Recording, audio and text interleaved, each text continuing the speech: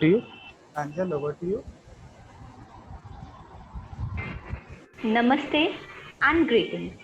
I, Pranjal Dubey, a researcher at IMPRI, Impact and Policy Research Institute, प्रभाग एवं नीति अनुसंधान संस्थान नई Delhi, extend my warmest welcome to you all to hashtag IMPRI Web Policy Talk. Today, we have gathered for a special talk on the topic Gender and Media by Ms. Anita Parihar. As a part of the series, The State of Gender Equality, hashtag Gender Gaps, organized by IMPRI Gender Impact Study Center. It's an honor for me to introduce the chair, the speaker, and the discussants. Today, we are beyond honor to have Professor Vibhuti Patel, former professor, Tata Institute of Social Sciences, Mumbai, as the chair for today's deliberation. Very warm welcomes to you, ma'am. With the permission of chair, I would like to introduce the speaker. Vibhuti ma'am, may I? Please introduce the speaker. Yeah. Thank you, ma'am. Today, it's an honor to have Ms. Anita Parihar. She has been a researcher, media practitioner, academician, and senior visiting lecturer for media studies for university students cumulatively for 34 years. She has worked in India as well as in the UK as a British Council scholar, for which she was selected twice consecutively in 1988 and 1989. Her current research is in the areas of development of sustainable life and TV productions with cutting carbon footprints towards positive climate change, building cloud media, workflow constructions, designing VR app for media literacy, media information literacy for youth with disabilities, and e-content generation programs. She holds a master's in women's studies from SNDT Women's University, Mumbai, where her dissertation focused on leadership through the feminist lens. We are so glad to have you, ma'am. Welcome. We are also fortunate to have our discussants, Dr. Khevana Desai, Assistant Professor, Department of Sociology, Mithibai College of Arts, Mumbai. We are so happy to have you, ma'am. Welcome. Dr. Saptam Patel, Assistant Professor, Amrut Modi School of Management and Assistant Dean, Undergraduate College, Ahmedabad University. We welcome you, ma'am. Thank you so much for coming. Nischint Pura, Honorary Co-Project Director, Vacha, Mumbai, and a former producer at Doordarshan. We are so glad to have you, ma'am. And Shaili Chopra, the founder of She, the People.tv, and Golfing Indian. Thank you so much for coming, ma'am. I extend a hearty welcome to all of you. We look forward to learning from our distinguished speaker and eminent panelists, and we look forward to having an enriching deliberation. With that said, I invite Dr. Bhuti Patel, ma'am, for the opening remarks. Thank you so much. Over to you, ma'am. Vibhuti ma'am, please unmute. Vibhuti ma'am, please unmute. Thank you, Pranjal Dubey. And first of all, I would like to thank Dr. Arjun Kumar and Simi Mehta from IMPRI to include this topic of gender and media in this whole policy think tank discourse. And I greet my first of all, Dr. Anita Parihar, who has done a lot of work on the subject, Dr. Khevana Desai, Dr. Saptam Patel, Ms. Nischint Pura, and Shaili Chopra, for taking part in this important discussion. We all know that in Indian women's movement, the first phase, that was in the early 70s, where the major uproar against the sexist portrayal of women in media, both print media as well as in theater and films, it was started by Ahmedabad Women's Action Group in Delhi. In Ahmedabad, they blackened the posters. We had a protest in Delhi University and JNU against Femina Miss India. And we also know that the loss of freedom of expression during 18 months of emergency, where 5,000 women activists were in Indian jails, also made the issue of media very important, because first time we realized the importance of freedom of expression. And in the post-emergency period, what we saw was that and hundreds of young women who joined the media houses as investigative journalists in the film industry and as a copywriters, and the kind of discrimination they were facing, both discrimination and harassment, two sides of the same coin. They also started an organization called Network for Women in Media. We also saw the XP after 1980 Mathura rape campaign. We saw the rise of alternate media, Sonal Shukla in Mumbai and Kamala Bhasin in Delhi. They came up with so many songs, that march songs, so many earlier songs of freedom movement and revolutionary movement. They were also tweaked to get the women's aspirations and women's demands. We also organized a 10-day program, Kriti workshop, where how expression, the main theme of that was expression, and how to generate alternate media to challenge. And many of the women activists and the street fighters were also invited by the only TV channel we had, a Doordarshan, to come up with the women's programs. And also many of them were invited by the print media either to start column in regional languages, in English and Hindi. And what we saw that alternate media got institutionalized when the NGOs started taking cultural activity as a very important concern. Whatever was talked about in a hush-hush tone about the sexual harassment they faced in the office, and by covering their stories, became more vocal. We saw that after 1990, where increasing number of women journalists, they started taking up this issue. And after the Vishaka Directive, we saw that more consciousness, the democratic platform was created to discuss these issues. But in the media houses, they were in a glass houses because they were throwing stone at others, but they themselves had not put their house in order. And we saw that Me Too movement became very, very articulate by 2017, and last 4 years we have seen increasing number of women in media. They have started airing their dissatisfaction, the discriminatory practices in the media houses. So here I request Dr. Anita Parihar, if she has done a comprehensive study on the subject, and ma'am, you can make your presentation first of all, and then it will be followed by discussion. You have 25 minutes to go ahead. Yeah, thank you. Thank you so much. It's such a pleasure to be here, invited by IMPRI. Thanks to Dr. Vibhuti Patel, madam, who's a repository of knowledge. I humbly and very keenly present my experience in gender and media from the point of view of a media practitioner, a media teacher. So when we talk about the word gender, what comes to your mind? The word itself has a historical significance. We had the person who was responsible for it was Esther Bostrup.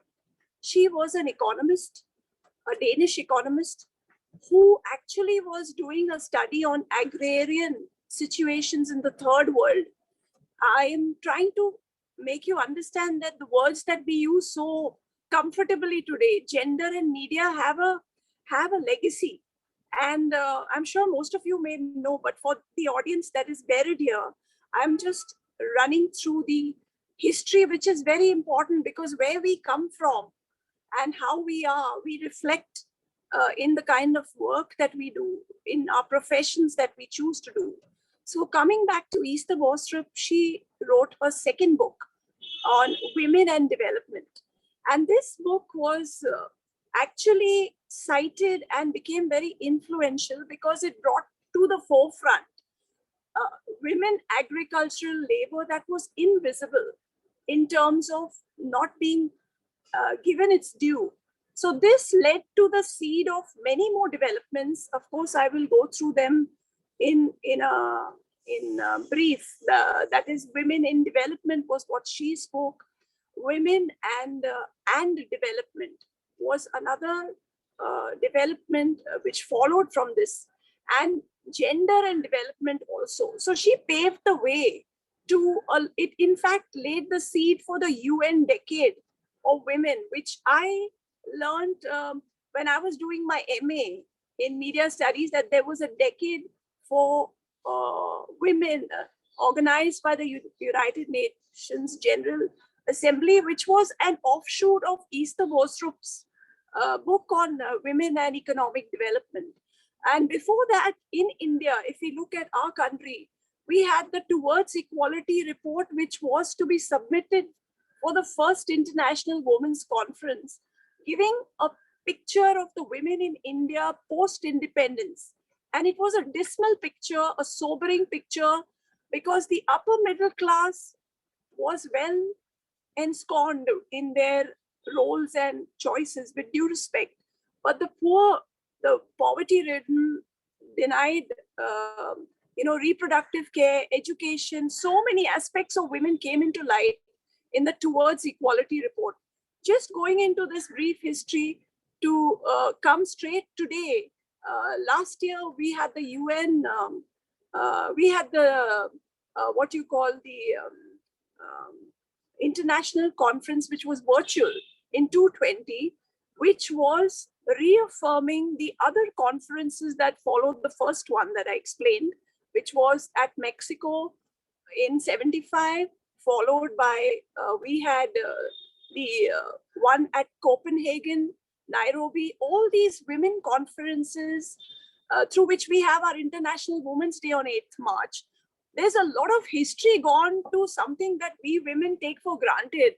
And as a media, scriptwriter and a director in the industry, research has been my mainstay in most of my videos. Coming back to, understanding what gender is and how it came about. Let's look at the word gender itself. When you, what is gender is basically, I'm not having a class on this, but just to reaffirm to all of us that gender is a construct. It's decided by our society and our culture, by our ethnicities. And gender is something that we are born biologically as male and female, as the case may be, but we grow to be girls and then women, and we grow to be boys and then men. So these constructs need to be taken in consonance. And further, our Indian Constitution in its mandate sanctions gender equality. And having this backdrop, if I now come to looking at what is media, I think everybody is surrounded with media, as in not just watching, say, this program or other online webinars or Facebook Live or television. We are actually, the consumers have become the media makers today, in that we are learning skills in this new changing environment of how to communicate our information in different ways. I am using my mobile, my laptop is right now under process, as in it's working, but there's network problem. But in media we learn, and as a women studies background student, that the show must go on in terms of the story. Today's storytelling in various areas, whether it's professional, about, say, road making, it's about women who are having a raw deal, it's about grassroots organizations like Coro India. These stories need to be told to the masses, the civilians. We have a responsibility. And as media is actually not just, in our country, with due respect, because of our diversity, that can work in our favor for the simple reason, I wouldn't be in a position today to say that newspapers are gone and internet is in, because we have such a culturally diverse country. Even in the villages where newspapers don't reach, There was a recent study done by one of my colleagues, student in Tezpur University, on community documentaries with digital inclusion. The nut and bolt of it was that women in the community were empowered by using digital technologies to tell their stories. And today they are part of the self-governance in that particular community. So there are digital divides, yes, but there are these stories also that are happening like pebbles in a pond. And we need to, at fora like this, take cognizance of it. Coming back to media, like I said, newspapers, internet, television was my stepping stone as a media student from the SNDT College of Home Science. I had an opportunity to be an intern at the Educational Multimedia Research Center, which is now, there are 22 such centers.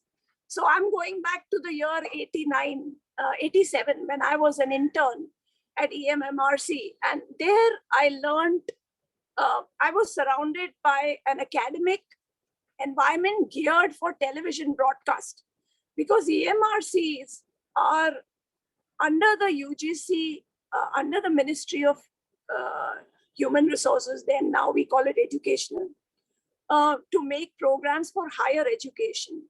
And my first program as an intern was how children learn to draw and how their drawings reflect their mental, physical, emotional growth. This was part of my postgraduate syllabus, which I was very knowledgeable or comfortable or both about. And I chose to make a film in an area that I knew reasonably well. So research was crucial to any good or commendable or passable film. And I say that to my students even today. For the best of films, even the fictional films, good research, which draws from reality and similar instances, is crucial.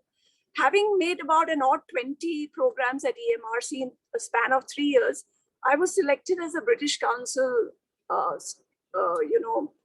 scholar. My experience in UK in educational television with the BBC, and I see that across the spectrum, even in India today, at private organizations, if your work is good in terms of, following the, and even research corroborates that fact, that men and women in media don't look at stories differently. They look at the story the way it is supposed to be looked at if you're a professional. But the reality is also different from the truth in terms of that many of the news stories, which I've said in my concept note, women are relegated to features or soft stories, and men have been known to get the economic or the politically weighted stories. There are exceptions, and I come from an experience where I've had some very democratic, what you call, the director of EMRC presently, in one of his quotes, which is in my PowerPoint, you can see it like Dr. Vibhuti said in the Facebook Live post the session. I have quotes from private media heads of media organizations like ex-Reliance CEO. These have been my ex-colleagues and bosses over the earlier years. And over a period of time, and my experience, I chose to ask them to, give their quotes for this presentation. And the CEO of ex-CEO and chairman of Reliance Entertainment, Mr. Anmit Khanna, says that I have always believed in empowering women in terms of they are occupying executive seats in management and creative. But India, as again, because of its diversity, and I very well know all of you share this, is a land of many, many mixed stories. And these stories need to be not just told by us who have today become facilitators, but by the people who themselves are doing unique work in community video. There are stringers in a recent study, which is a complete contrast by one of my colleagues' PhD thesis ongoing, which is to be published. It's on stringers in 2-tier cities who don't have the kind of leverage men reporters do. So this is again, a crisscross. There are, and in India, there are more stories which need to be addressed, and I fully understand, but other stories need to be told. So coming back to the stringers who have risen in this pandemic, in terms of job availability, because organizations are shrinking. Stringers have a better vantage and a view to give in stories. But for female stringers in 2-tier cities, as the research by Bhargava from Hyderabad University says in 2020, that they have a raw deal. And even if they do go out, say, to sit in front of a pawn shop to take a story, their comfort level with themselves may be there, but the opposite recipient or the interviewee needs to look at women in that sense. So many such questions are there, because in those workplaces, like ma'am was saying about the Vishaka guidelines, they are not there in place. So such stories, I feel, need to be told time and again, and each story is unique. What I'm sharing, my colleagues will have a vast number of things which I would learn from them. But I would say, if I look back at my experience in media and gender, I have had students who have been sexually abused from Sophia College. I won't mention names because it's such a progressive department, and they have chosen to make a film on their experience, which has become a catharsis for them because they have shared their story on media. Like that, a transgender student shared her story with the support of her parents and the student fraternity. And that story gives you not at all the feeling to pity them, because you feel they are people in their own right who have made their choices and gone ahead a step further to make a film which is educational to many other people who don't have the voices to speak. And as a writer and a director in television since the last 34 years, and an academician, and I'm very proud of the learnings I've had from my senior colleagues in the academic fraternity. I think I always continue learning, because today, if you look at the social media, it can be used for very interesting purposes. You have people who use social media using the oldest form of communication, street plays. When we had the very friction and tricky issues like the amendment bill for the immigrants into India, stories which cannot be vociferously told because many reporters are being issued defamation cases by the media organizations which are having political or corporate leanings, have chosen to take these visual arts to tell stories where there is collective community interaction and response. Like my student is making a stand-up comedy show. I said, why don't you make it about an issue that is, say, an issue in your neighborhood? Maybe it is about following Corona protocols. But like Jaspal Bhatti in Doordarshan days, used humor to convey social messages. So there is a great possibility, and there are many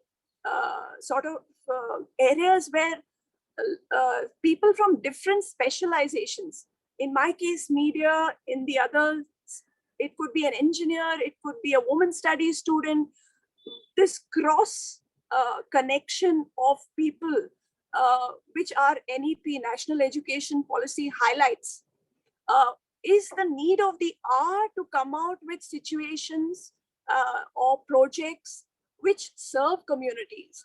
So I won't say that it has been hunky-dory all the way in my trajectory. There are moments when women, journalists are sidelined for bigger stories by men. But there are ways at forums, at meetings, where women and men can, without getting the ego involved, keep the issue in mind and go together. Because really, let's look at it. We need our men folk, and the men folk definitely need the women. A woman's, advertisement on TV, which were earlier before the 80s were not so prevalent, gives vibrancy in terms of, even the woman who's in the street who cannot have desires or who cannot realize her desires of economic stability, watching a video of a working woman or a working woman reaching a certain level gives a lot of motivation. So media can be used as a mirror to show aspects of society which society has a bias in, but to rise above that and show a picture by which society can move forward, can improve from their last step on the ladder. And I enjoy teaching students because I feel they are like a sponge. They are open to ideas. My recent study is on digital routines of adolescent girls in the pandemic. And it's an ongoing study. It's been accepted for presentation at the International AMIC conference in November. I had been doing a longitudinal study on the same, on everyday digital routines in 2018 of schoolgirls. And I was amazed to see that from the focus group discussions, as well as the, video which I screened on cyberbullying, the stories that the students came out with and the suggestions they came out with.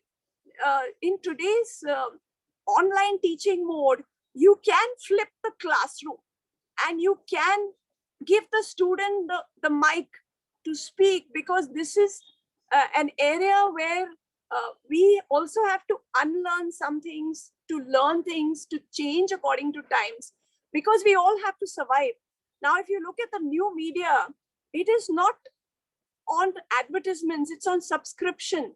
So how do we monetize? These are other aspects. But coming back to gender and media, which is something which is, I feel, basically through my experience and not just my feelings, students, the young generation, in conjunction with us who have the experience and have seen changes, need to join hands, because we are at the cusp. We are making history. Now, how we choose to make it with the pandemic, how are the shrinking work situations in crisis coming out with some new innovations that are workable, like the community project, which I mentioned by the Tezpur PhD student. There must be many, half a dozen stories or even more, where such stories of rural women being empowered through interventions by ICT, through government interventions, through UN interventions, have become empowered. Coro India, where I was doing my internship as an MA student, I realized in the case study that I did in a few years back, that the staff of Coro comprises itself of grassroots leaders who have chosen, even in the child, Children's Film Society of India, children who are empowered through their experiences, telling their stories, leads the way to many, to maybe take a strand or another strand of whichever story they identify with, to go ahead. And I remember I was getting my car serviced. This is totally off the cuff, but there's a relation to it. And the technician told me, "Madam, आप बहुत दिन के बाद आए हैं, सब कुछ normal है, आप काय को घबराते हैं about the corona?" So I said, what have you learned from this experience? I asked him because he was a regular technician over the last 4 years, servicing my car. He said, Madam, मैं सोचता हूँ कि we have to help as many people as we can, monetarily or whichever way. If 500 निकलते वो दे दो. I mean, for a man who is a technician in a car company to understand that the pandemic has made one shift in the thinking, but not only thinking, in the doing is the next step. I would say in each of us, if we can find ways to address, in our own domain. For me, getting my students to do public service advertisements about eve teasing in a way which is not sermonizing, in a way which the men and the women look at it very realistically, because that story is researched. It is about eve teasing, which has its connotations for the male and the female, and in both perspectives are shown with a well-researched video. More of the audience will identify. And today the content is the king in terms of media. Even I feel the biggest high a teacher gets is when her student does better, which is even for the same for parents. We are most happy when our children do better than us. I have students who, I mean, I don't want to blow my own trumpet, but I have already taken backstage. These students are so much in the process of churning out their experiences, which are affecting is a big word, let's be realistic, causing small ripples for the better in the community. My student who was a transgender and a media student had the courage to run away, which was a foolish courage, got back by her parents from Patiala, joined Xavier's. Till then, she was a boy wanting to be a girl. She was most unhappy with her body. And she is a person who is one of the best scriptwriters on Netflix today, but very grounded because of her experience. And if somebody can, watch a video or two like these, where you understand that the human ability to be your best is what matters in this lifetime in the planet Earth. That is what really counts. So I would like to, going back to my slide, if I'm running out of time, please keep telling me, because I don't want to encroach on other people's time. I have a lot to learn from the others today, from their experiences. But I would say that research has helped me in gender and media, through various projects, and seeing other colleagues, my students' projects, to realize that there's a lot to do. There's a lot to do in our country. And even if we take it, this pandemic through the crisis has, in the OTT industry, in the media industry, it has opened doors for content writers. By that, simply put, if I have a woman in this audience, or a student, or a researcher who feels strongly about her research and wants to convert it into a video, there are takers for good stories. By good, I mean stories which affect audience. While we feel that Netflix and all the OTT platforms must be having a lot of scope for bettering the kind of content, there has to be self-regulation. You can't just show. People even today are fatigued by, in an sexual explicit scenes, or they realize that good content is a sure shot winner. And never before has there been such a wide market for good content in any area.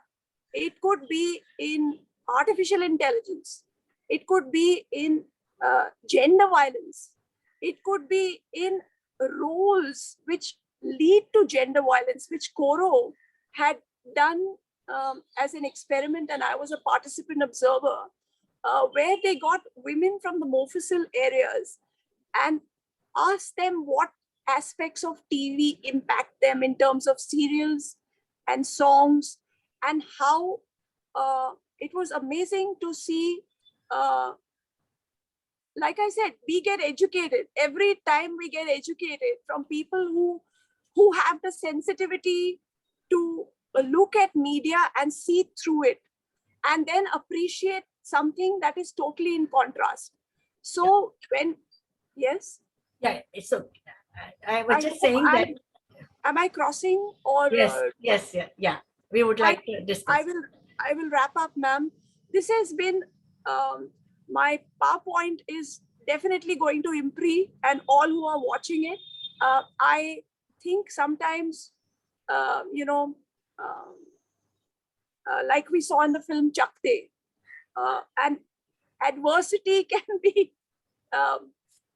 changed to tell your story, and the story that is based on substantial research of other people or the person who's the speaker carries weight, because there may be some story which you can add which is totally different from mine. On that note, I humbly thank IMPRI and Dr. Arjun Kumar, Dr. Vibhuti Patel, Dr. Saptam, Khevana Desai, and Nischint Vora, and I think there's another speaker. Kylie Chopra. Miss Kylie Chopra. Miss Kylie. Pleasure to look forward to hearing you. Thank you for giving me your time. Yeah. So thank you, Dr. Anita Parihar. I think your presentation very exhaustive. The way you have profiled that how we have come a long way. Because now as you said, content is the king, and now even we have so many hundreds of media schools in the university system also. So grammar of media, the way like we were doing it just ad hoc way, because you get invited, you learn by experimenting, but now that is not there. But what we see is that we have gone now beyond challenging stereotypes, and we have also providing alternatives. I think that you brought out very well and succinctly by giving example of the gender diversity that is also coming up.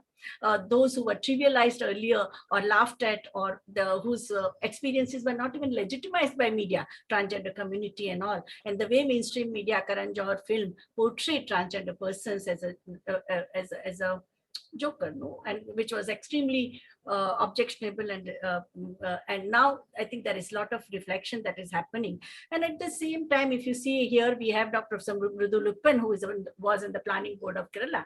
How Kerala has used the media for literacy mission. It reached nearly 100% literacy, and the role of media. Coro's predecessor, Akshar Dara, where Madhav Sathe had started on a television channel. It was the only Doordarshan. I think Nischint was at that time a producer of Doordarshan, and how it created Jnandeep Mandal. No, the local community, the people were watching TV like completely 100% attention. They would, even in the bastis I have seen, they would finish all their work to sit in front of their Jnanadeep program. And they had created a whole community, the way the anchor and the community, he became a community hero. So I think that was the kind of impact that media has. And here we have all four discussants who have themselves been producer of creative media for gender sensitization. My first question will be to the sociologist, Dr. Khevana Desai. She's herself, you have been writing both, she's very active both in social media and Gujarati regional media. She also interacts with the students, with the literature, and with the journalists in a very, very active way, proactive way. So I would like, Khevana, your response to the lecture, as well as what you have been doing for gender responsive media creation. First of all, thank you, IMPRI, and thank you, Dr. Arjun Kumar, Dr. Patel, and looking forward to hear many more discussions. Taking it from where Anita ma'am has, I would say, stopped, or she has opened discussions, I will request IMPRI to allow me to share the screen. Yeah, now I can. I have some questions, basically more than a discussion, that I want to raise at this forum right now. Is the screen visible? Yeah. Yes. Only thing, make it full screen. Make Yeah, it full I'm just doing it. Yeah. Is the full screen visible now? screen. Yes. Okay. So with reference to, as Dr. Vibhuti Patel said, with reference to regional media, and that too now multilingual media on OTT as well. So these are the two places where I want to see what is happening, what needs to be done. Some questions that we would like to ask us and to other discussants or audience in general. What is gendered media? Is it that media which is gender conscious? Is it that media which is gender sensitive? Or is it that media which is women centric? Is this the content which is women centric? So is every women centric content gendered? Is every women centric content gender just or gender conscious? Or just because you have many women characters that we see in K-dramas all the time, not the Korean K-dramas, the Balaji K-dramas, that you have so many women on television, does that mean it is gender sensitive or gender conscious media? Okay, we have so many women characters on OTT platform. Does that mean they are feminist contents? Are we looking at how many women are there on screen, or are we looking at what kind of women are there on screen? What kind of women are we portraying on screen? Be it regional or be it even for that matter, even print media, what kind of women's stories are we bringing about? Or is it that in a newspaper, how many stories are gendered, or how many stories are evolving around women or transgenders or queer for that matter? Are we looking at how women are represented, or how are we recognizing women on screen or off screen, bringing them on screen or bringing in their stories? So again, the question is, are we looking at women in media, or are we also supposed to look at women media which is created by women? All women in media is not created by women. Okay, all content on media which is women centric is not necessarily created by women. So does that mean that media which is created by women is looking at women differently than media created by men? And if that is a difference, then should we then have, should we also assume that media created by women is also gender sensitive or not? Based on these questions, I've just analyzed a few of our regional media, print first and a little bit of audio visual as well.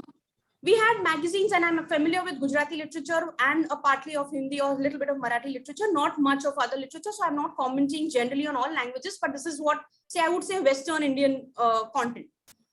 In Gujarati, we had in 1970s a magazine called Sudha, and now we have a magazine called Lekhini, run by women for women. The content has changed over a period of time, management has changed, but three things that they never included at that time and even today is they will not include food, film, and fashion. Generally, the magazine that you can see on my right side, Guru Shobha, has always revolved around these three things. And the beauty tips and everything, how a woman should look, etc. Enough has been said that all cover pages of magazines, be it gendered, women-centric magazine or not, always had a good-looking, sexy-looking, aesthetically dressed or not dressed women, whether it's a Diwali special or otherwise. So you always had that kind of a stereotype, which these magazines, right from 1970, which was started by our literature legend Dhiruben Patel and then taken over by Varsha Adalja. Lekhini was run by Meenal Dixit and now taken over by Preeti Jariwala. And the content is not women-centric, but the content is definitely gender-conscious, and that is more important. The 75th issue of Lekhini is all about, on the 75th year of our independence, about all the unsung heroes of our independence. This is brought by women, written by women, not necessarily about women. Gendered media need not be only women-centric, but gendered media definitely is gender-conscious, gender-sensitive, and talking about those who are at marginalized. So on one hand, we have Guru Shobha. It was in Hindi and Gujarati for sure. I'm not sure about the other languages. But on the other hand, we also had something called Sangini, which was run in Hindi for a very long time by Divya Jain, and quite gender-sensitive content. And each issue was a special number. Correct. Unfortunately, it closed down for some reason, but definitely the old issues are available in the libraries and online, I think also, and we need to look at them as our research content. Empowerment columns, which were written by Sonal Shukla for 40 years in different Gujarati newspapers, are testimonies of gender-sensitive, gender-conscious data. And it was not just data, it was analysis of her data. Her column was not called just Ghatna, it was called Ghatna Nu Artha Ghatan. It was the analysis of what is going on in field of gender and feminism. The newspaper supplements that we generally have in regional media are a mixture of these food, fashion, film on one side and quite academic, activist or literarily aesthetic material on the other side. And somewhere or the other, some of them at least, I would say Ladki from Mumbai Samachar is able to have a balance on that. Whereas Sayyar, for that matter, from Gujarat Samachar has so far not been able to bring that balance. We're not against beauty tips. We are not against food, recipes, but women are much more than that, which been fought for last 30, 40 years. But somehow some of these supplements in newspapers are still stuck somewhere there, which needs to change. Talking about alternate media, I'm sure Nishant Hora will be talking about it, but names that we need to mention when it comes to street play, songs, short films, mono acts, people like Minal Patel, Trupti Shah, Sarup Dhruv, Kamala Bhasin have been constantly doing the efforts towards having literally aesthetic and at the same time quite feminist content. We're not, it's like dry academic research. It's also interesting. It's also literally interesting, palatable, and yet at the same time hits the right chord. Women-centric television serial, I must mention that Didi Girnar for some time has been doing a very good job there, in spite of having very limited resources. Last year, the first Gujarati feminist novel, Batris Putulini Vedana, was televised by Rupa Mehta. Now, again, that's what I'm saying. A regional media by women also makes a lot of difference. When a woman is there as a director or a producer of DD or any of these mediums, the content tends to be different, tends to be more gender sensitive and not just women centric. The demand generally is how many women characters are there on the screen? What are the dialogues that they're having? Bechdel test and other things. But we're not still looking at, is that content only women centric or even gendered? Coming to audio visual media, we all know that the shows that goes on in most of the commercial television serials are absolutely gender type. I'll just give you 2 or 3 examples on my left. That is on my screen. The titles itself says Kauchu Samrocho, and the advertisement was obviously very stereotyped. And these are all which are running in last 1.5 years. Another one which is called Rashi Rikshawali and started with a girl, rickshaw driver, ultimately ended up in the similar stereotype portrayal of women. On the top, there is one in Marathi. Generally, it is in that Bengali, Marathi, and Malayalam content is definitely more gender sensitive than what it has been in Gujarati so far. I'm not generalizing it, but in majority cases. But here too, Agabai, Sasubai, and things like that. The Saas Bahu drama is something that we're just not able to escape. Maybe imitating from the Hindi mainstream channels. Colors Hindi initially started with some kind of revolutionary topics of Balika Vadhu, but which again ultimately ended up in glorifying and romanticizing these kind of social problems rather than fighting against them. So it's not only about showing that there is a problem, it's also about how are we showing that problem and what happens to that problem ultimately in the serial. Whether it is extramarital affair, women taking a stand, walking out of the marriage, then what happens to women? Or are we going to look at, unless she's an ugly Betty or Jessie koi nahi, that she's ugly, then she's bold or she's intelligent. You can't have a bold and beautiful character at the same time, otherwise she's a vamp. And she's using all her intelligence in wrong. I know this is all very old in 60s and 70s, but something that has not changed in 2021 or maybe simultaneously going on. I've also heard, I have not watched much of Pakistani serials, but I've heard that they are definitely more gender sensitive than our mainstream regional channels. We had one Helaro 2 years back, and I don't know how many more years we will have to wait for one more Helaro.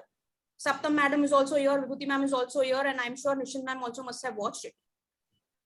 We need revolutions, we need more feminist content. And when I say feminist, I'm not just saying women-centric, feminist content in its sense.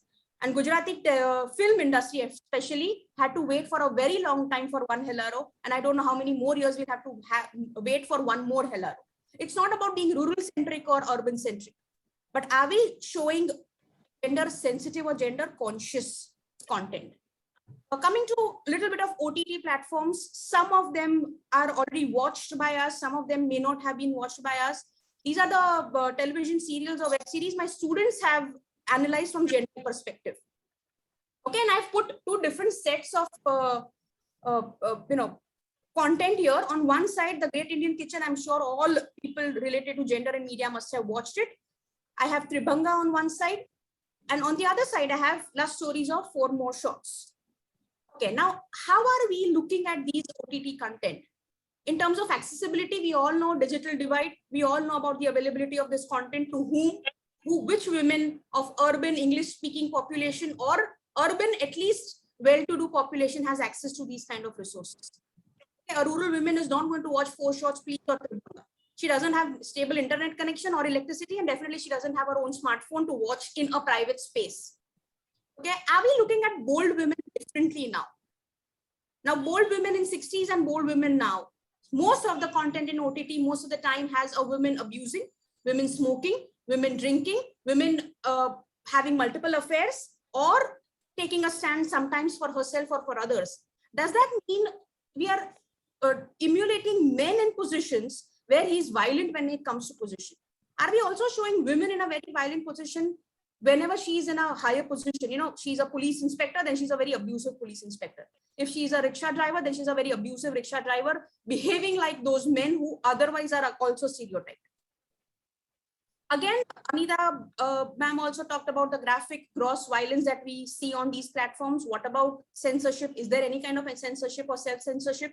If not, will there be, see, whether it is 12 plus content, 16 plus content, 18 plus content, and the controversies regarding those age groups are also another issue that we need to look at, but more so when it comes to gender sensitive issues. Yes, it has definitely opened new avenues. It has opened many, many more avenues for women, maybe Facebook or WhatsApp for that matter, even not even OTT platform, where so many women are now able to express, talk, write. But again, the question of morality comes in, self-censorship comes in for these women, right from Namanita Deen Sharma to women today. Who censors a poem? We had a very recent example of Parul Khakkar's poem and the way it was being, 40,000 trollers abusing her poem, etc., etc. So somewhere or the other now, self-censorship in these online media, especially with women. What should I write? Whether I can write this as a woman or not. It's a simple example. When men writes about breasts, it's all about shringar. And when women writes about a penis, it's all about very, very, obscene content. So how are we judging shringar and obscenity in terms of gender? So just because it's women-centric again, just because the women there is smoking, drinking, and abusing, are we only showing women as both all these kind of women? So we will also have to look at, yes, avenues are there. More gender-sensitive content is definitely is there. I mean, the Great Indian Kitchen is something that we wouldn't have seen for a very long time in social media, or even forget about audiovisual media. Very intelligent dramas are coming. Intelligent, when I say intelligent, intellectually stimulating. But how much of that is there and how far is that reaching? Is popular Rashi Rikshawali watched more than Tribanga? Then we need to question that who's watching this content and for whom this content is being created. So this is what I will also be looking at. A lot of feminists who are now in their 70s, 80s must be looking at the whole media like that. We're still looking at something which is, portraying inequality in its right sense. Yeah. Sorry if I've taken a little more time. Yeah. Thank you, Dr. Khevna Desai, for giving such a erudite and well-documented profile of whole evolution and the current state of the art in Gujarati media, both print and audiovisual media. I would like to supplement what you said about the regional media. I think we also have in Hindi excellent publication called Hum Sabla, which was edited where Kamala Singh was also on the editorial board by Jagori, which all the around 8 states in India used it for gender training. We have currently 144 Women's Studies Center, out of which there are around 40 of them have already started diploma, certificate courses and master's programs in women's studies. And there is a tremendous hunger for gender sensitive literature. Because they also they need the reference material. So that has also motivated many women's organizations and individual scholars to now contribute in terms of articles, write a column, because I can see all my feminist friends of the 80s, now they are the columnists either in Malayalam or Kannada or Telugu. In fact, the Kalpana Kannabiran, their organization, the massive project they have taken is of translation of feminist writings and writings with gender lens in Telugu. So I think that is a very healthy this thing, because unless we create the alternative, people would say that you are only, and that's how I think most of us started writing in the early 80s. And also doing program, women-centric program on the television, because when we were critiquing it, they also asked that what are your alternatives. And we have also seen E-Manjari from Patna, which has also nearly for 6 years they brought out the issue, and all these publications are in the public domain, and also the audiovisual material which they have come up. The most distinguishing feature of the feminist alternatives to in media, they use folk tune, they use folk tales, and the imagery and symbolism, they are also culturally rooted, so that makes them very, very acceptable. Only thing, there is no commercial backing, it's only done by the voluntary effort, so the reach is limited. But still, now with the internet platform, we have got a better this thing. In fact, we have seen in last 1 week the hit with the Kamla Bhasin song, or the monologues have got, because there is a tremendous curiosity about what the feminists have generated. And similarly, we have seen the response to Sonal Bain's this thing, the memorial meeting, and how so many people are now inquiring about the production of Vacha. We have also seen in Marathi regional media that so many iconic figures of the social reform movement, like Rakhmabai Save or Savitribai Phule, Anandibai Joshi, so many expressions, the television serials on their life, they have also emerged. So I think that we have seen. Now, connecting with that, I would like Dr. Saptam Patel, who is based in Ahmedabad, that what do you see? Do you see this kind of churning happening in Gujarat? Because what Khevna Ben is in Bombay, so she has given the scenario of Western India. But what is happening at that level? Because you are in the Management Institute and you also yourself are a painter. So what do you see the new churnings that are happening with regards to media? Thank you so much. First of all, I would like to thank IMPRI for giving this opportunity to share my views on this platform. I would also like to thank Professor Vibhuti Patel and Anita Parihar for inviting me to this discussion. It was extremely fascinating to listen to Anita ji and Khevna, and I'm looking forward to listening more about media and gender from Shaili and Nishchil. It is true, yes, I believe that unless and until we bring these critical issues to our academic discourses, we may not be able to urge any kind of action, or impact, whether behavioral or policy related, on the issue. And so I see this discussion, today's webinar, an extremely important one, and hope that it brings outcomes in the form of awareness, sensitization, and action, more importantly. Because I'm an artist, I'll be talking about visual arts because I paint, and I think visual arts, of course, people say that art is for art's sake, but art is also for life's sake. And I think it is a part of range of means of communication which has a message to give to people, and it plays a very important role in defining the kind of culture and society that we would like to have for ourselves. The issue of invisibility or visibility of women in different areas and aspects of life of our world is nothing new. Women have always been, in whichever area that you see, women have always been deprived of their share of recognition in media and art world, and anywhere that you see. And these domains have predominantly been men's domain. So as Khevna kind of asked a very important question, how do we see this when we talk about gender in media? What do we actually mean? Are we talking about misrepresentation of women or underrepresentation of women? How do we want to approach this subject? And I would love to kind of address this from my perspective. So misrepresentation or stereotyping or overall invisibility of women from the forefronts of these industry. When I say these industry, I mean arts and media, has confirmed a very systematic kind of subordination of women, resulting in their social and professional detriment. And there have been collective individual efforts to shift the landscape and focus on addressing this diminished representation of women. But yet, as my colleagues mentioned, there's not much that has been done to fill the gap. And we have statistics, coming from International Organization on Journalism and all, about how only 4% of newspaper, radio, TV reports worldwide, challenge gender stereotypes. And as Kevna pointed out, these are most of the times covered by women. Probably it's because there is a need, internal need to kind of address these things, and women, because they have this first-hand experience, they understand it better and they want to kind of address it.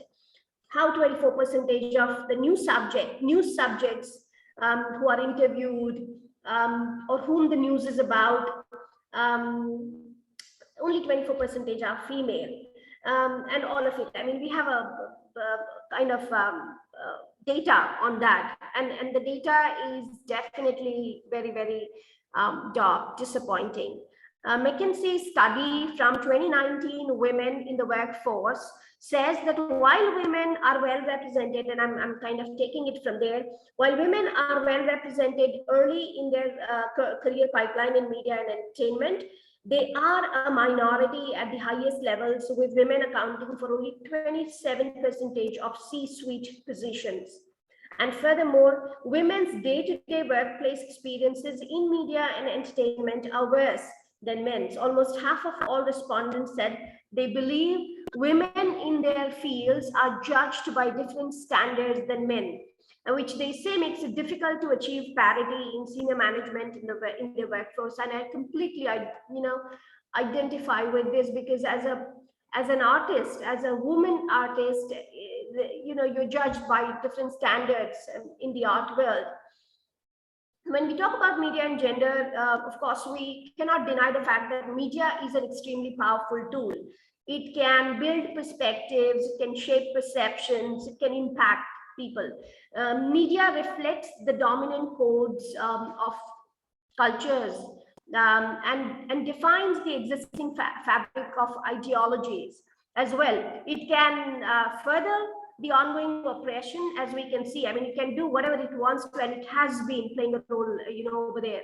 It can actually further the ongoing oppression, and at the same time, it can also create revolutions, as we have already seen in the past. It can affect the pace with which social changes happen. And at present, we all know it has been a sluggish pace. And despite efforts from international organizations, welfare bodies, communities, governments, individuals as well, we have not been able to witness a positive and paradigm shift when we talk about gender and media. So first of all, I think my problem is media projects gender as binary. We see in terms of men and women, and hardly do we kind of, we see that media approaches gender as a spectrum.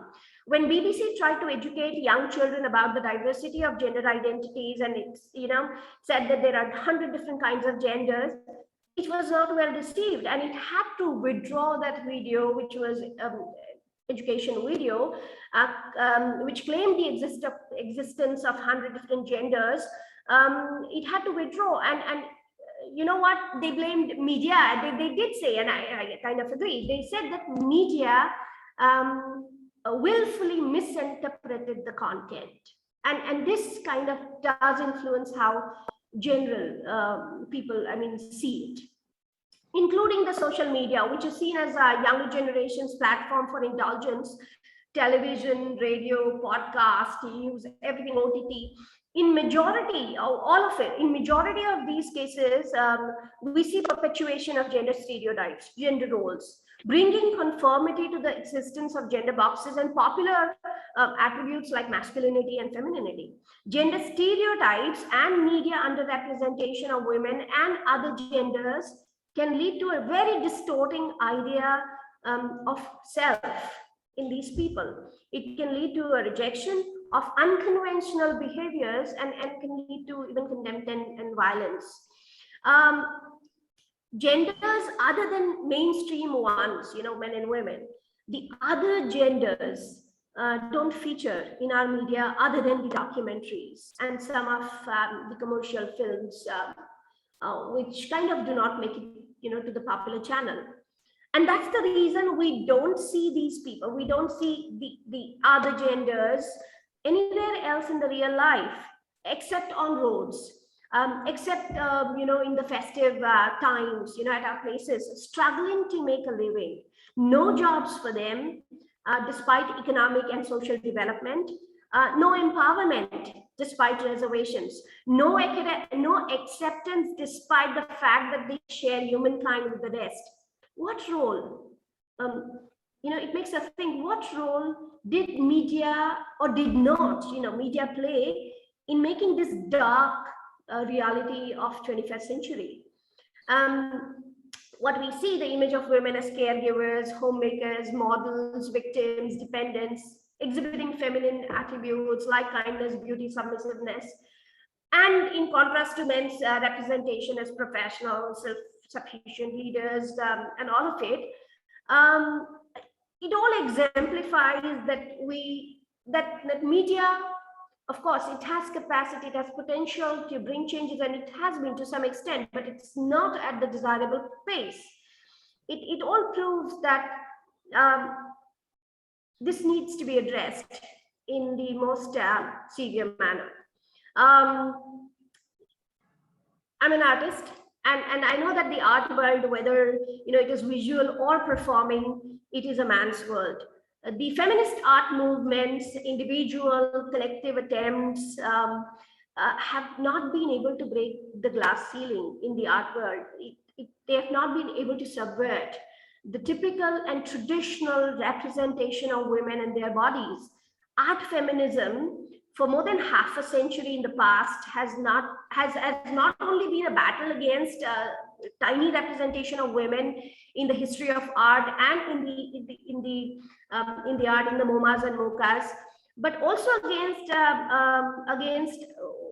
the marginalized and objectified representation of women. From the times history has known, women have been portrayed as sexualized objects, as subjects without self, and have only been muses to male artists. And to just give it a few examples, as early as 16th century, historical reclining nude in Venus of Urbino in 1538, and it was by the famous Italian artist Titian, to a reclining nude in 1863 by the first modernist artist Edward Manet.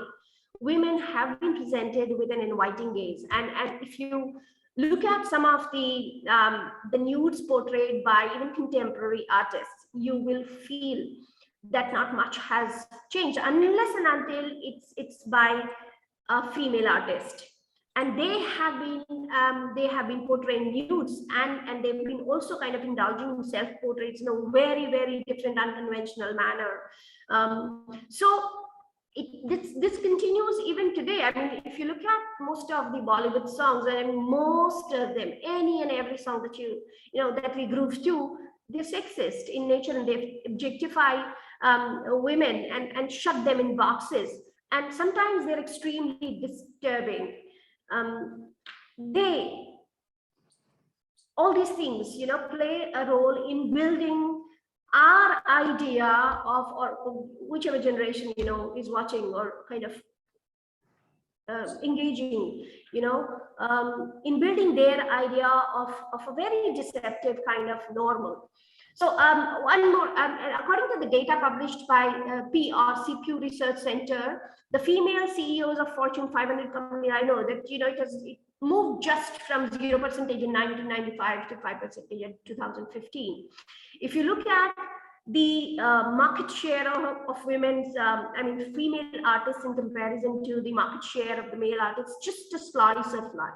It's just a piece of cake. 1%. So for more than 2 years, BBC journalists and producers have been addressing the issue of gender. And their representation, with the goal of reaching 50-50 gender representation every month. And I think, yes, they have been successful to some extent. In April 2019, 74% of English language programs that had been participating in 50-50 model had achieved a female contributor ratio of 50% or higher on their shows. So perhaps the answer is not, to this crucial question, is not as simple and straightforward as it may seem.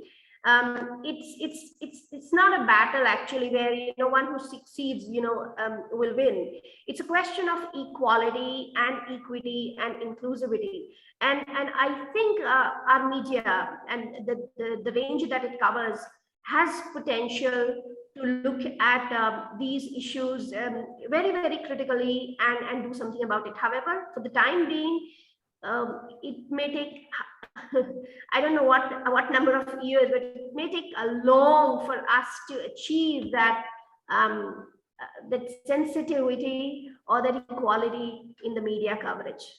Thank you. Thank you, Dr. Saptam Patel, for talking about the art world and the stereotypes that you are facing, and so many very iron walls of misogyny that one has to experience.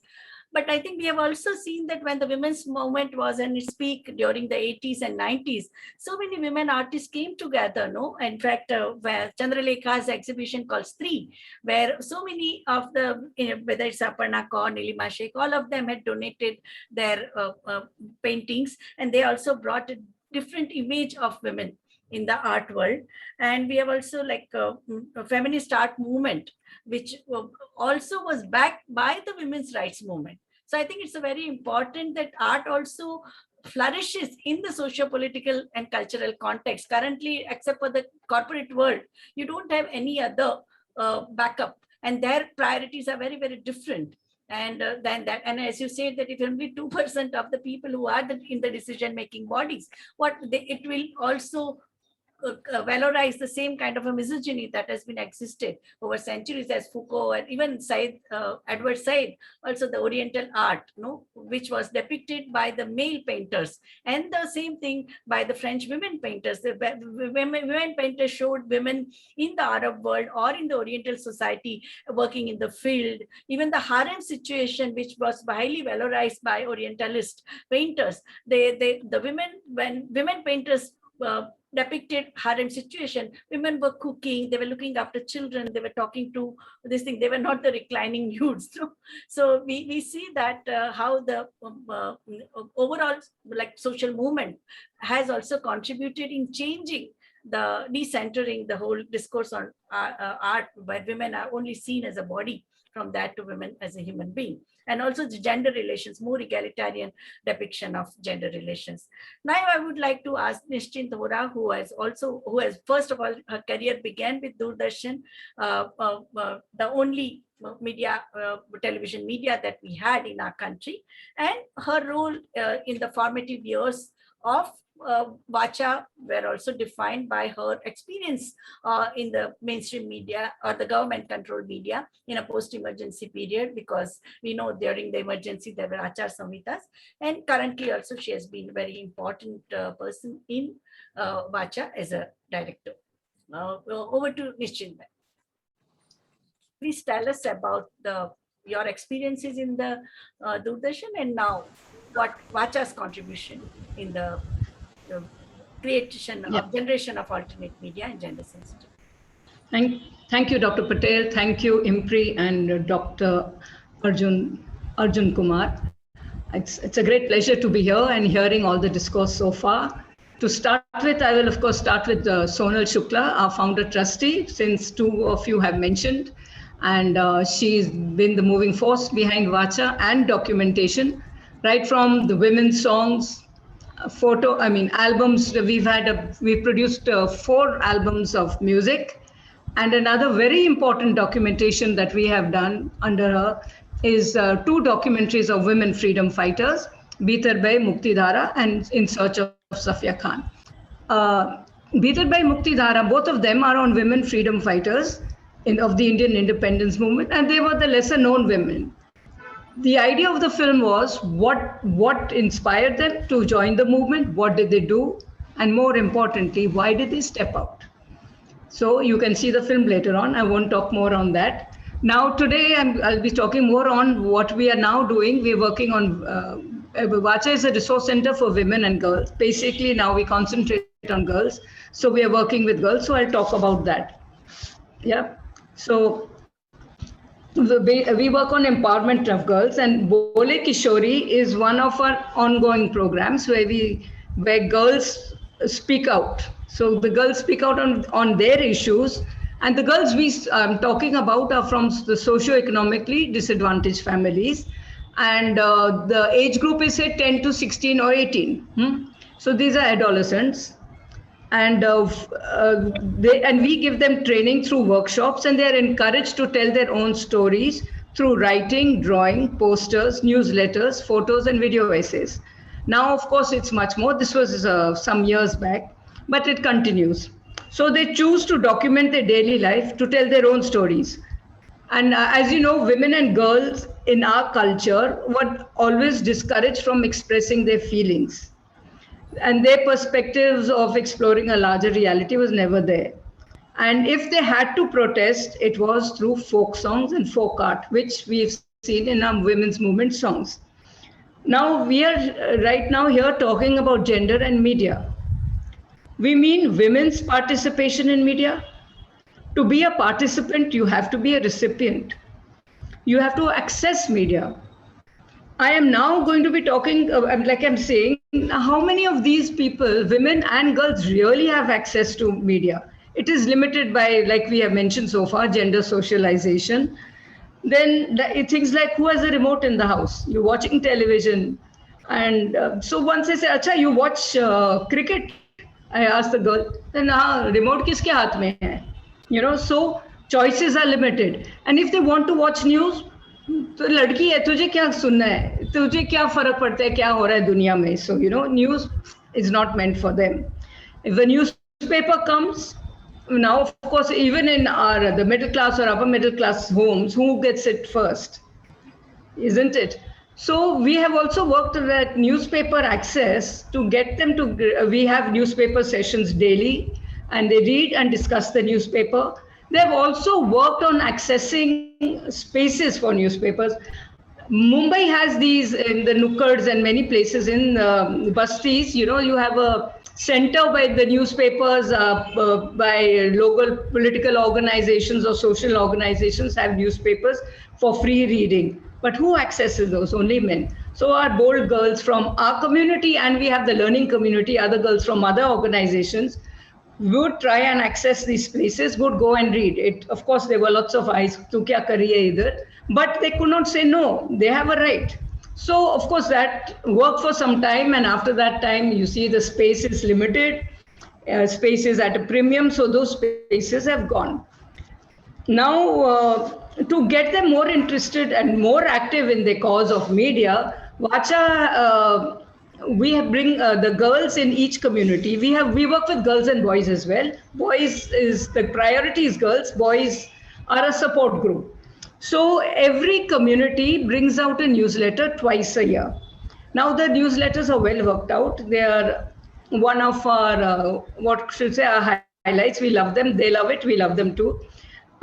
They bring out they talk about their own issues. It could be about pani ka problem, the gutter, the going to access to education, to their ration shops, anything. So they discuss the issues, they decide what should go in, and they have an editorial committee. Editorial committee has some difficult jobs of like saying, no, ye article nahi chalega, both ho gaya. So, and another very important aspect is they conduct interviews.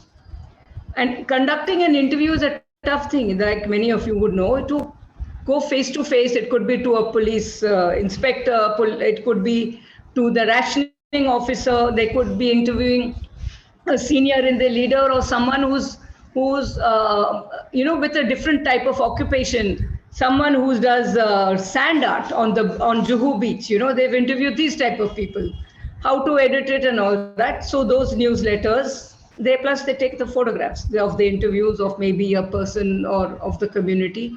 Now, after editing it, they of course have work on the layout and everything. So they're involved in all stages of the production. Comes the newsletter release. It's released on 26th August and 15th August, 26th January.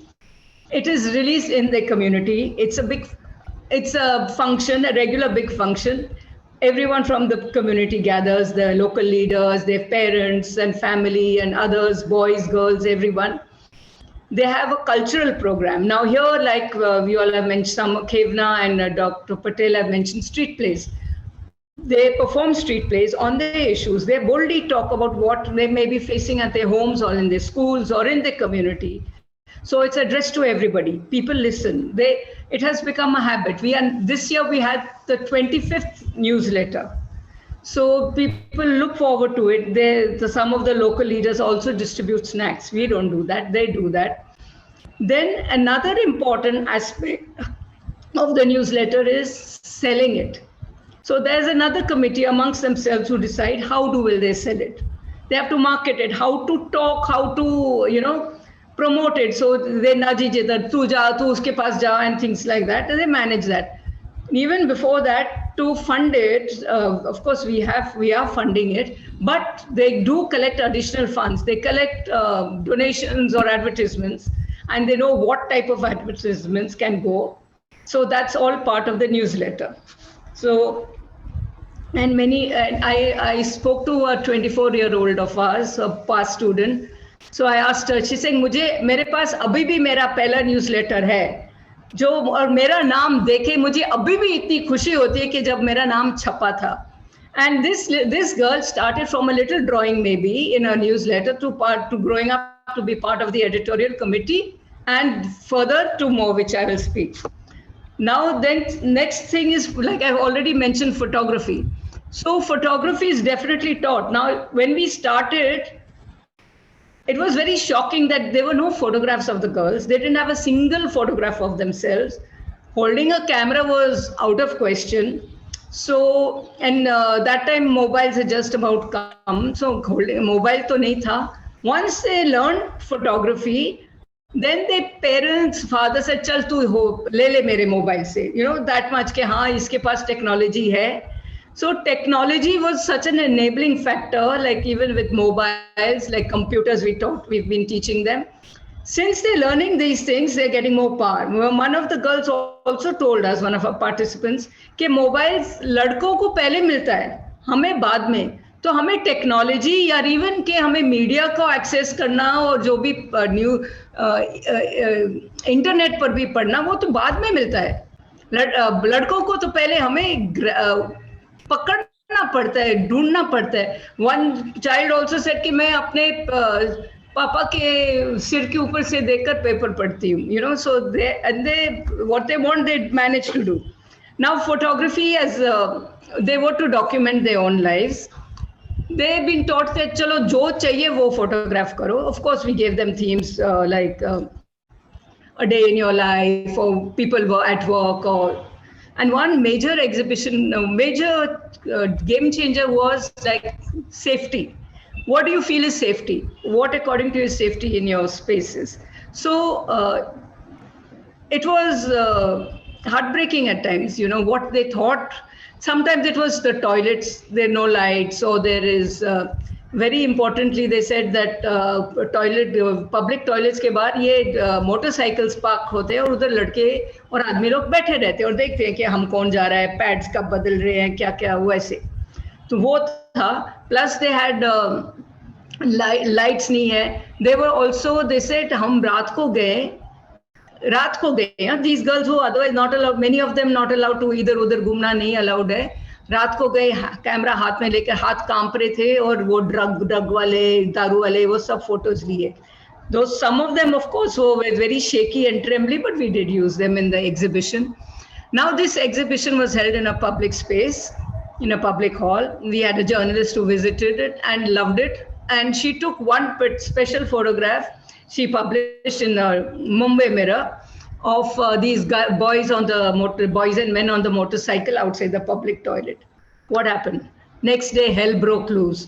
the mother, was aghast seeing her son on that photograph. We didn't realize this was going to happen. So they 40 of them stormed into a 10 by 10 basti of this girl. They knew who had taken the photograph. They, since I'd seen some of them taking photographs, कि ये क्या हुआ, तो मेरे लड़के को क्या हो जाएगा, पुलिस लेके जाएगी, blah blah. अरे but तेरा लड़का उधर खड़ा क्यों है, बैठा क्यों है? So, you know, that part they don't see. They don't see the girl's part, even the mother. So all hell broke loose, you apologize and all. And so we were worried that these girls would have a problem in the basti. But they said, Chinta mat karo teacher, hum dekh lenge, hum idhar hi rehte hain. Fortunately, nothing happened. But you know what the outcome was? The parking space was removed from there. So that was a happy outcome. Then another of our workshops which we did on photography was on menstruation. They were to write their stories, what they felt about menstruation, and take photographs on what they felt. So they took all, and I'll show you, I don't know if you can see this book. You know, there is this photograph of these cloths, you know, cloth in the wall. Now that became a big image. We published this book on girl stories on menstruation. It has multiplied. It has been used as advocacy on girl stories on menstruation. Not only that, now this book on girl stories with their photographs and with their stories have been made into postcards by Agents of Ishq. That is the web, Paramita Vora's web site. So again, it's multiplied. So these little things, alternative media has worked. Now they've also taken, when we spoke to some of the girls that, are you happy with, why are you taking these type of pictures? They think, teacher, हम तो वाचा के हैं, तो हम अपनी कहानी बताना चाहते हैं. कोई और होता तो शायद सुंदर सुंदर फूल फाल के फोटोज लेते, but हमें पता है कि हमें अपनी बातें बतानी है. So they already are empowered in that way. And they also felt bad. They said कि हम तो कर सकते हैं, but काफी लड़कियां ये एग्जीबिशन तक भी नहीं पहुंच पाते हैं क्योंकि उनको परमिशन ही नहीं है. तो उनकी आवाज कहाँ से उठेगी? We hope we can answer that sometimes. Then along with photographs, obviously we've also done little videography. So they've been documenting their own stories. And now during the lockdown, much more. Now since they have video cameras, so of course they do much more of the ration distribution or any stories that they want to. And when if we talk about writing stories and all, obviously one more aspect of the media is press conferences. These girls have also held press conferences. We were nervous, but they were not. They said, क्या है, हम तो बात कर रहे हैं, हमें तो अपनी बात बोलनी है. So they've held press conferences. One was maybe 15 years back, and I know one journalist from the regional language was a little saying, ये लड़कियां ऐसे कैसे बोल सकती हैं कि उनके घर में माता पिता लड़के और लड़कियों में भेदभाव करते हैं. Then he said, मेरी बच्ची भी ऐसे सोचती होगी, घर जाके मुझे कुछ सोचना पड़ेगा. So, well, you can say the penny dropped at least somewhere. And their press conferences also meant that they could be interviewed on radio, and all, so they've done that. Then back to traditional media, you can't, we obviously use a lot of that, like posters and pamphlets. Right now, especially during COVID times, they've been using their posters and pamphlets to rally around to get more people vaccinated, to convince. So they do make their PowerPoints and their posters and pamphlets. And while they're doing that, that means they have to have a one-to-one discussion with them. So they're confident enough to do that. So that's an important thing. And then, of course, social media. One of our program participants who was, say, at that time, maybe she was in college, 16-year-old. She's saying, Facebook तो है, but मुझे बंद करना पड़ेगा क्योंकि मेरा छोटा सा भाई ने बोला कि Facebook नहीं चाहिए. So then she thought, but मैंने manage किया, मैंने दूसरे नाम पर कर लिया. So we are still in the age when these girls, many of them, have to still count. The girls are still facing things like that in where social media is concerned. That younger brothers, chotus, are dominating and are still in a position to take decisions. Gradually, we found that this girl said, I have ignored my brother. I have my own Facebook page. I don't listen to him." Because after all, some of them are earning also. They earn, they work, and they study. And the brothers, nahi, usne to bada mobile liya and he's not doing anything. So those genders, and they are aware of it and are now and have been working towards change. Some, like we are saying on Facebook, they talk about their stories. They write their poems, and they've been writing their poems all along. And some of them have also started their own blogs. One of them has got a job, especially because she was writing a lot on Facebook, and on our Buland Kishori, we have this network of learning community, that page. So she's working with a funding agency and also contributing towards social media. So, and we hope there'll be many more who they have said they would be interested in writing and working on behind the cameras or in front or on print. We do hope they do. And I think I will end with a poem from one of the girls who, I can tell you, she was the one who took the photographs, who in the beginning was writing a lot of poems about hum itni dukhi hai, ladkiyon ko ye nahi mil raha, wo nahi milta, and all that. And after some years, this is what she says.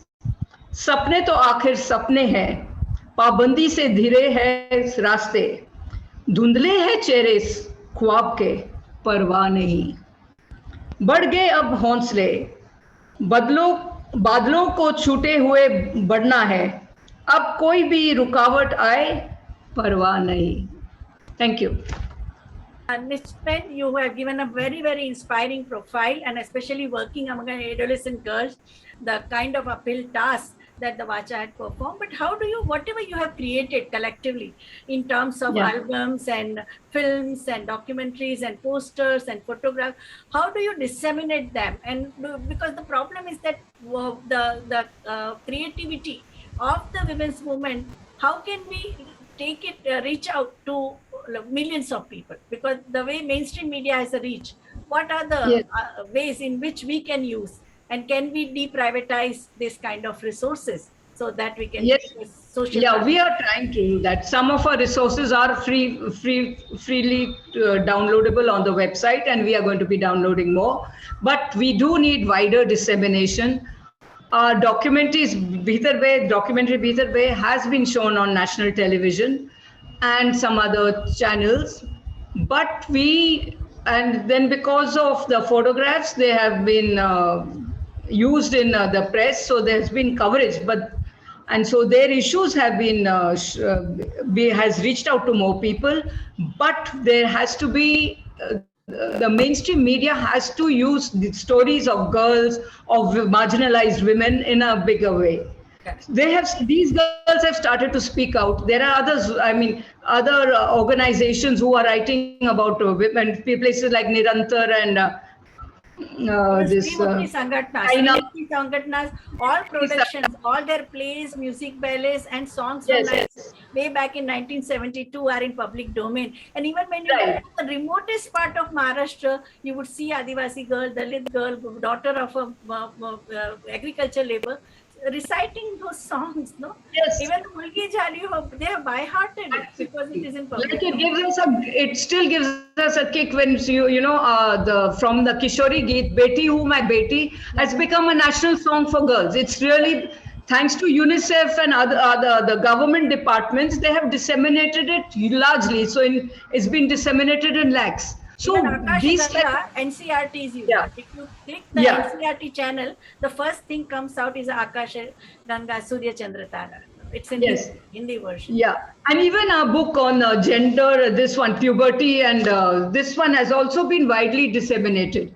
So, but it's still not on the main platform. It's on alternative platforms with NGOs and through UNICEF and things like that. So let's see I if think more the women's groups have to have their own radio. I have seen only Kutch Mahila Vikas Kendra, Yes. which is a community radio with a reach of 300 square kilometer. It reaches. there are other community Facebook radios. is also. easy for Yeah. the reach, but I think we need to have our own community radios also. Yes, And there are government, plenty Ministry of Science and apparently. Technology is giving the funding to set And up. this voluntary also, yeah. Yeah. Yeah. Universities have started using it. So now I think we will go to there is a one question in the question box and that is about, I think it has disappeared, but there was a question where they said that when women are into any kind of a media production, the commercial viability becomes the main thing. And like the onus of commercial viability falls on women. Dr. Anita Parihar, what would you like to say to this question? There was a...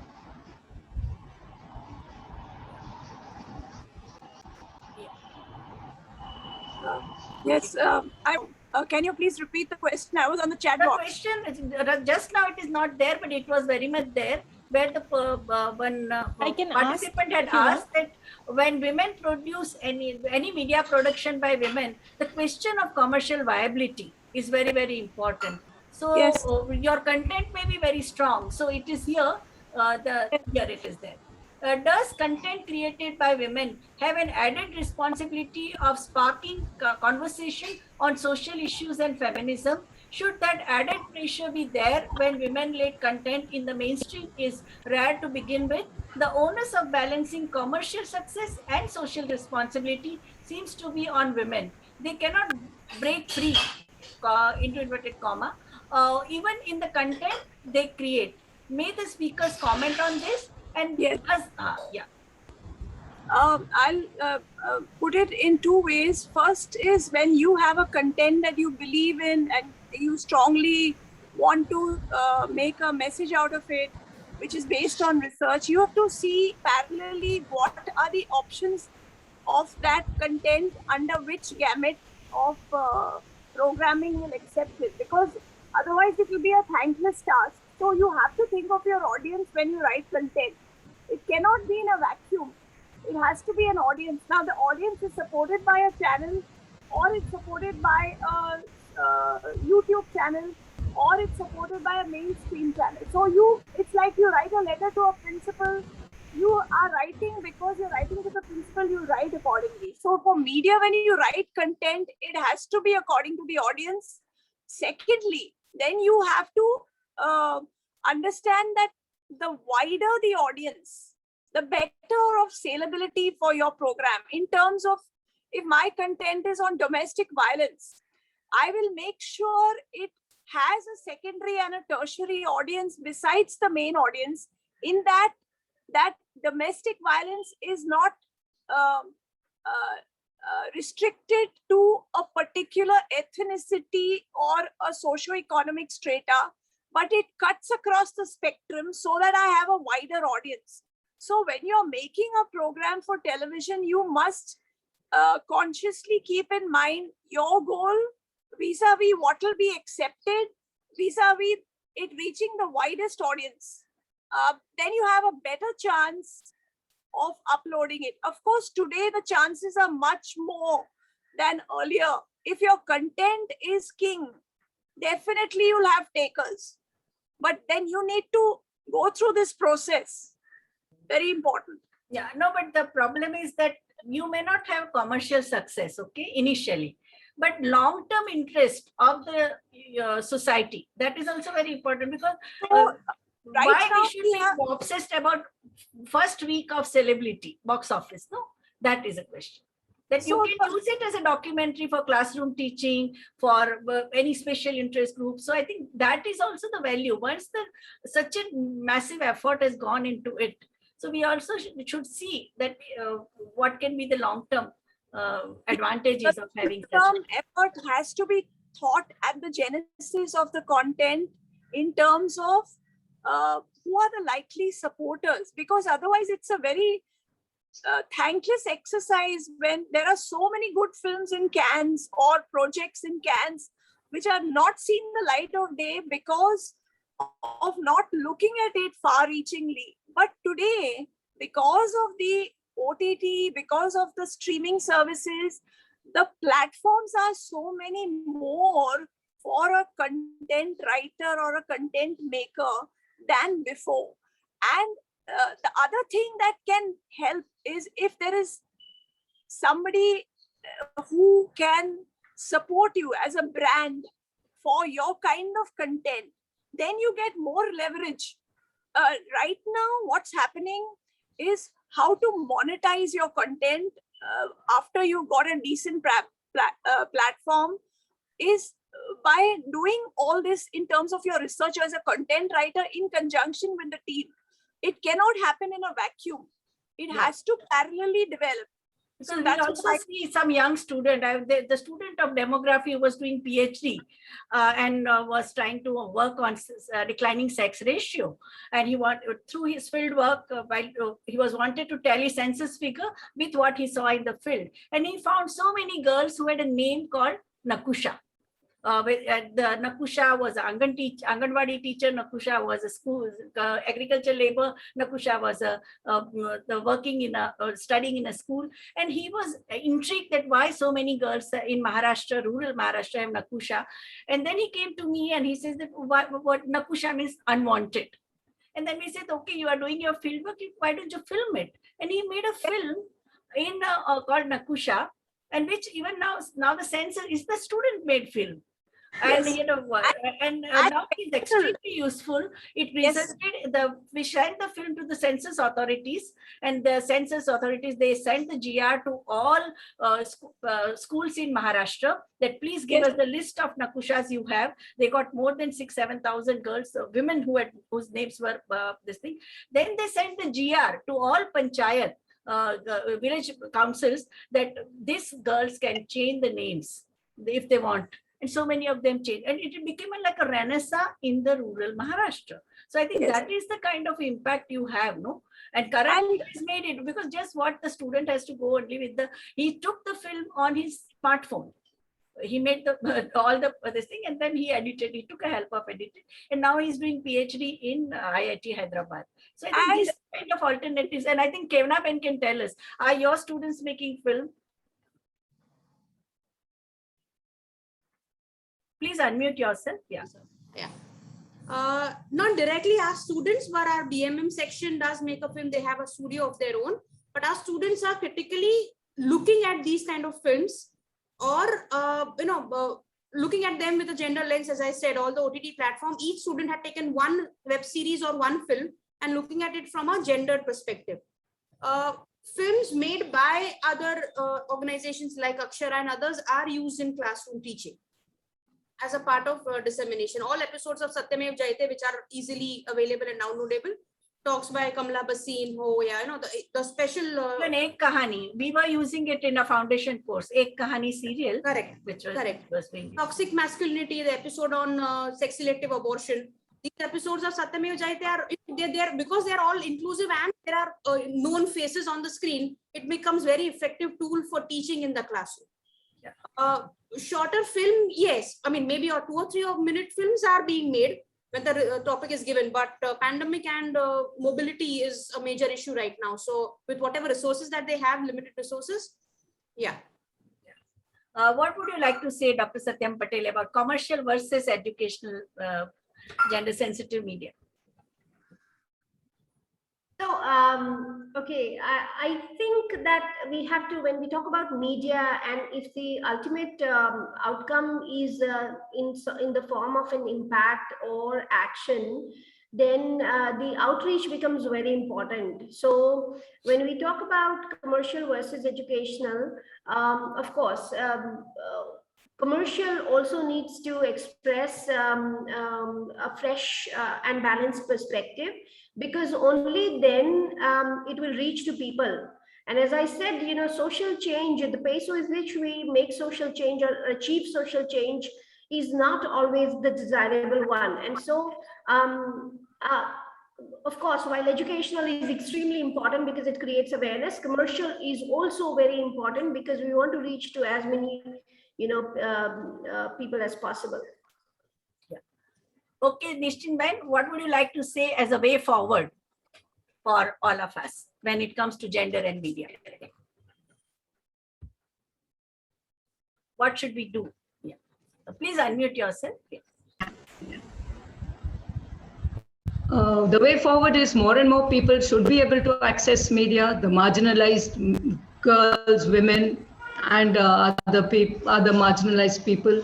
Only then their voices can be heard. It should be encouraged, and in various platforms. It's not necessarily only print, like we have more stories. It's nice to know that, like we are seeing, there are more films on different topics which are happening. It's hopefully there'll be more. And we know that the economics of feature film is too big, but there are the OTT and other platforms, and even basically social media, and there's so much now happening on just your simple mobile phone. So a lot of content is being created, will be created for a simple mobile phone, which may be a one-to-one. And we hope the way forward is more and more women will be able to have a voice. Thank all of you, Dr. Anita Parihar, for initiating the debate and discussion, Dr. Kevna Desai, Dr. Saptam Patel, Madam Nishchinta Vora, for enriching the discussion through your raising of issues based on your ground reality and your first-hand experience. We are at a stage where there has been a democratization of media. There is no one monopoly. We have a multiplicity of media, both commercial and state-controlled media. We have social media has made all of us writers and photographers and editors and viewers. And I think what we have seen, that accessibility and affordability is very important, especially due to the digital divide, that how women and gender-based digital divide is extremely important uphill task that we need to address. And main mission of any one of us who are into education, who are into media, who are in the women's rights movement, is a social construction of responsible, gender responsive boys and girls, men and women, and citizens. I think with this, I would like to once again thank IMPRI team for providing this democratic platform for an important discussion on gender and media. Thank you very much, IMPRI, and thank you all. Thank you. Yes, thank you so much.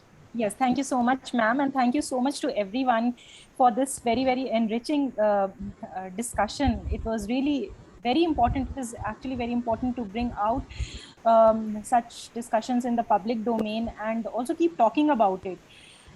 So thank you very much. I would like to propose the formal vote of thanks on behalf of the Gender Impact Studies Center at IMPRI to our speaker, Ms. Anita Parihar. Thank you, ma'am, for your wonderful lecture. Please share your PPT and I've already sent it. Yeah, we'll be putting it up on the website and for everybody to have a look at it. Thank you so much. It was really wonderful listening to you. And thank you to all our distinguished panelists.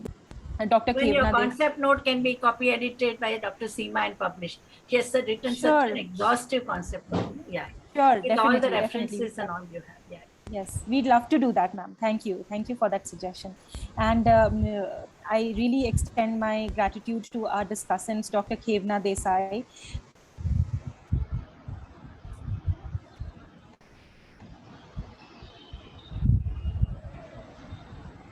and motive.